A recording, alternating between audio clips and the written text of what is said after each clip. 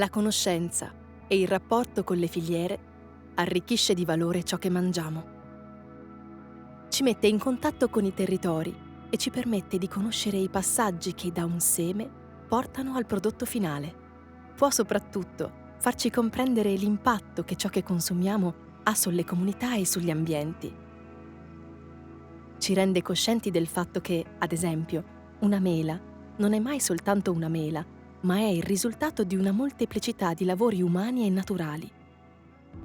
Essere coscienti di tutto questo ci permette di riconsiderare anche la nostra responsabilità verso il cibo che acquistiamo e che, nonostante tutti gli sforzi, a volte sprechiamo.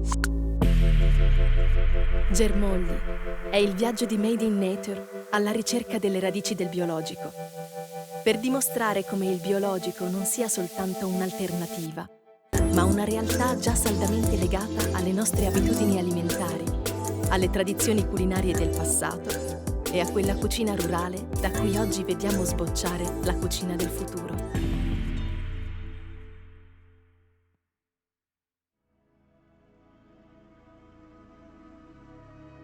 Lo spreco alimentare è una delle tematiche più sensibili della nostra epoca e probabilmente quella che ci coinvolge più direttamente, perché entra nelle nostre case e dispense, caratterizza i pasti e le preparazioni di ogni giorno, rientra in ciò che buttiamo per una disattenzione o forse per una mancata comprensione.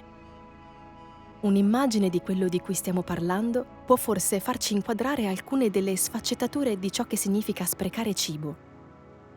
Una simulazione basata sui dati FAO nel 2021 ha stimato che l'intero ammontare dello spreco alimentare in un anno potrebbe coprire, da solo, una dimensione superiore all'estensione di Canada e India messi assieme, per un totale di 1,4 miliardi di tonnellate di alimenti buttati o lasciati scadere. Nel solo 2023, ogni cittadino europeo ha sprecato in media 131 kg di cibo, di cui il 54% in ambienti domestici, mentre il 14% ancora prima di arrivare nei negozi. Lo spreco e la perdita di cibo non hanno un impatto solo economico, come può essere per qualcosa che acquistiamo e senza utilizzarlo lo gettiamo via. È soprattutto una perdita etica per il lavoro e per gli oltre 800 milioni di persone che soffrono di denutrizione. È uno spreco ambientale che immette nell'atmosfera 4,8 miliardi di tonnellate di gas serra e un consumo di acqua di 180 miliardi di metri cubi, un conto enorme, da cui sono escluse le risorse impiegate per produrre gli alimenti e che, quindi, lo renderebbe ancora più grave.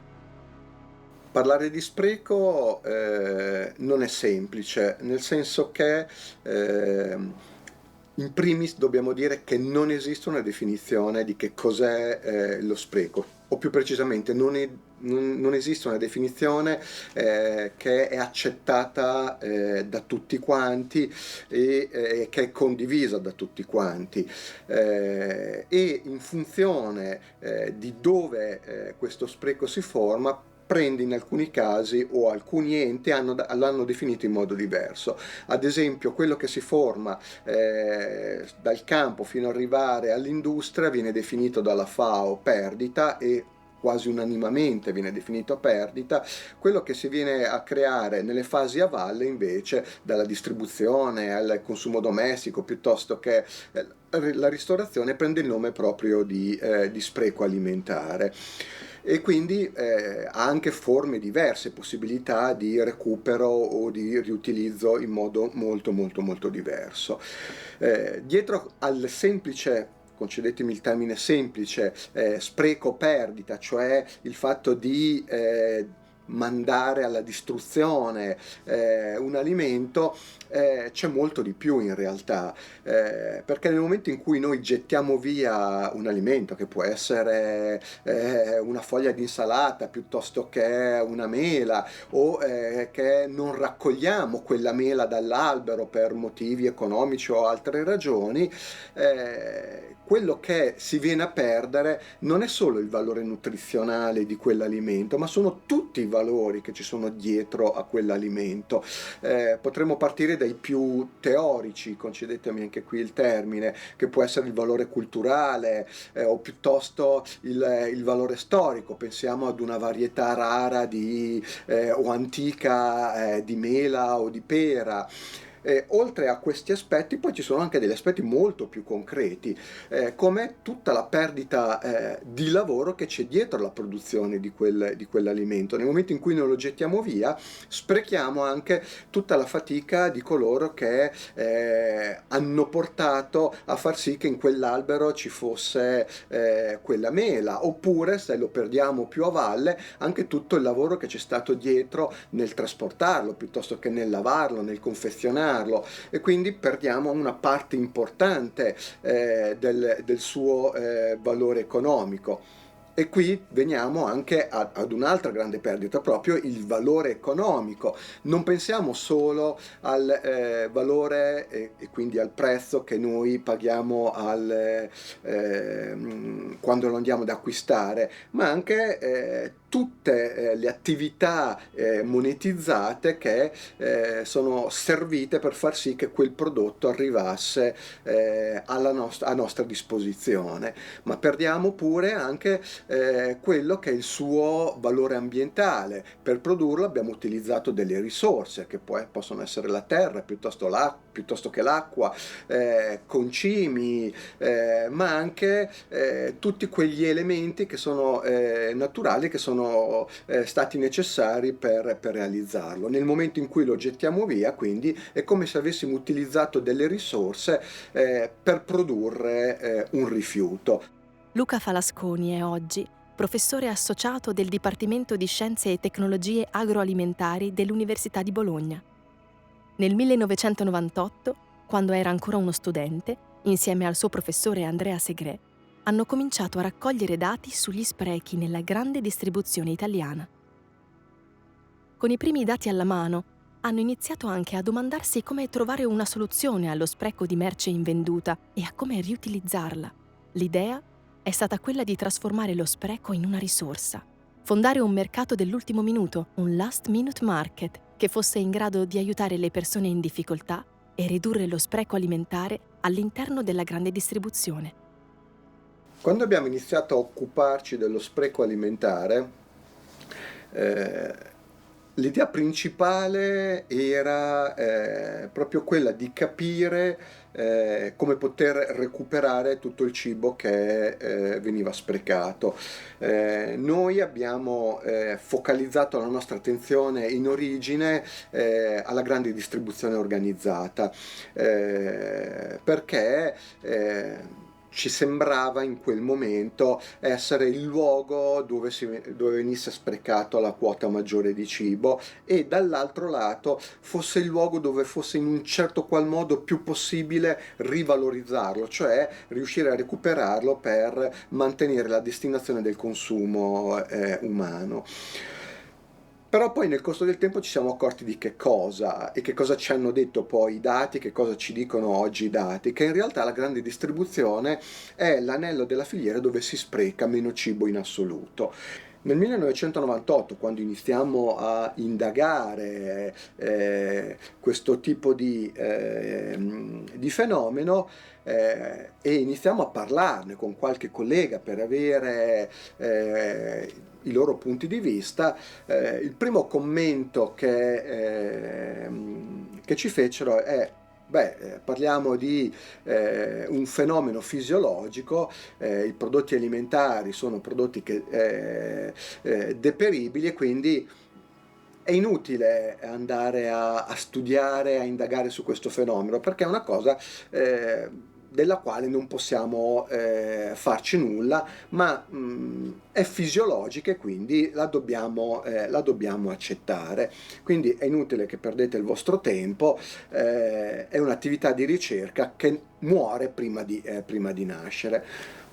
Questo era il parere di alcuni esperti di quegli anni. Noi però imperterriti siamo andati avanti e in realtà dal 1998 ad oggi abbiamo aperto quello che era a livello nazionale, non solo, quello che è in realtà un importante filone di ricerca, e abbiamo fatto emergere in qualche modo, comunque abbiamo contribuito, forse è più corretto dire emergere in qualche modo, quella che era una problematica piuttosto importante. Un terzo del cibo che produciamo viene perso o sprecato. E da qui è nata poi anche tutta una sensibilità non solo nel mondo della ricerca, ma anche nel mondo delle imprese. Le imprese stanno cercando di ragionare come cercare di ridurre lo spreco. Perdere del cibo vuol dire anche perdere un valore economico e incrementare quello che è il loro impatto verso l'ambiente. Dall'altro è necessario anche sensibilizzare, è stato necessario ed è necessario sensibilizzare anche il consumatore finale in questo aspetto, perché è uno degli attori importanti sia per quanto succede a livello domestico, ma anche perché una parte di quello che succede a monte, quindi nella grande distribuzione, nell'industria piuttosto che in agricoltura, è anche in parte legato al comportamento del consumatore. Le nostre scelte non si limitano solo agli sprechi casalinghi, recuperando e riutilizzando gli scarti o cercando di limitare al massimo ciò che viene gettato, ma hanno la possibilità di influenzare le direzioni stesse del consumo.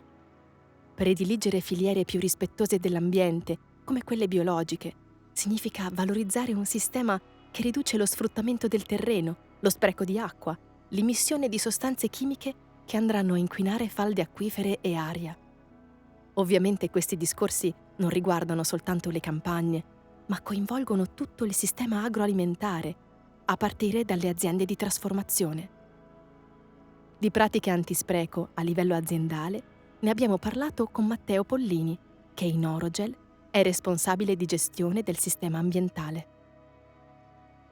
Quello che viene fatto in stabilimento diciamo che ricalca quello che viene fatto nelle nostre abitazioni, quindi dovendo trattare dei vegetali abbiamo sempre una fase di lavaggio, di preparazione, di mondatura, di cernita. Quello che si fa è quello di puntare molto sulle tecnologie e quindi avere cernitrici automatizzate che tramite telecamere o raggi laser diciamo che intercettano solo il prodotto che presenta delle difettosità, quindi si cerca di evitare il più possibile dei falsi scarti, quindi scartare quello che in realtà è chiaramente idoneo ad essere lavorato. In un'azienda alimentare chiaramente si producono scarti, come li produciamo noi nelle nostre abitazioni. Quello che si fa, si cerca di valorizzarli nella maniera più virtuosa, quindi tutti gli scarti organici vengono veicolati verso produzione di compost o produzione di energia elettrica attraverso i biodigestori. Questo è un po' il ciclo virtuoso che cerchiamo di attivare sui nostri scarti. Orgel ha messo in piedi nel corso degli anni diverse misure per essere sempre più sostenibili, quindi per avere dei processi che impattano meno sull'ambiente. Come dicevo, si sono attivate diverse azioni. Chiaramente, partendo dalla fase agricola, noi abbiamo uno staff agronomico che supporta i soci nell'adottare quelle tecniche di difesa sempre meno impattanti nei confronti dell'ambiente.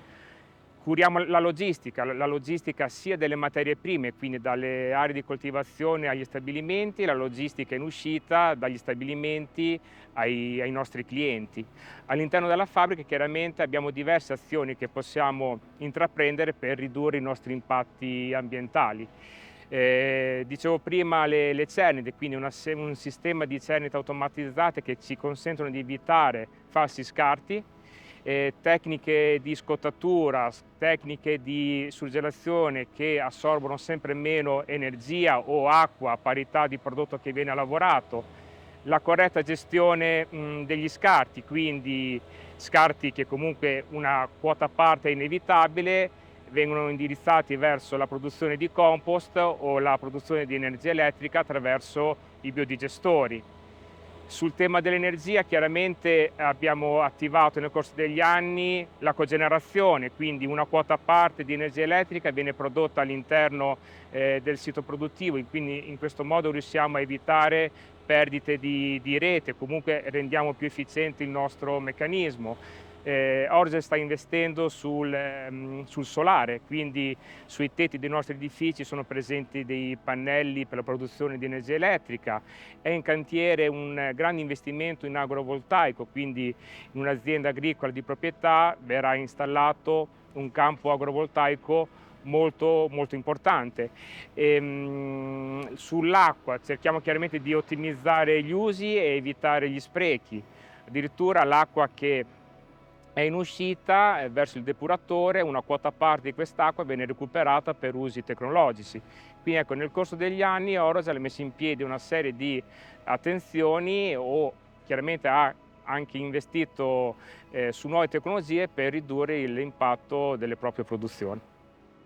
Fra gli strumenti a disposizione della filiera e dei consumatori c'è il rapporto di sostenibilità, un documento che mette nero su bianco l'impatto delle produzioni e rappresenta un patto di trasparenza con il consumatore, che permette di valutare le aziende in base all'impatto delle loro produzioni, sia in termini sociali che ambientali.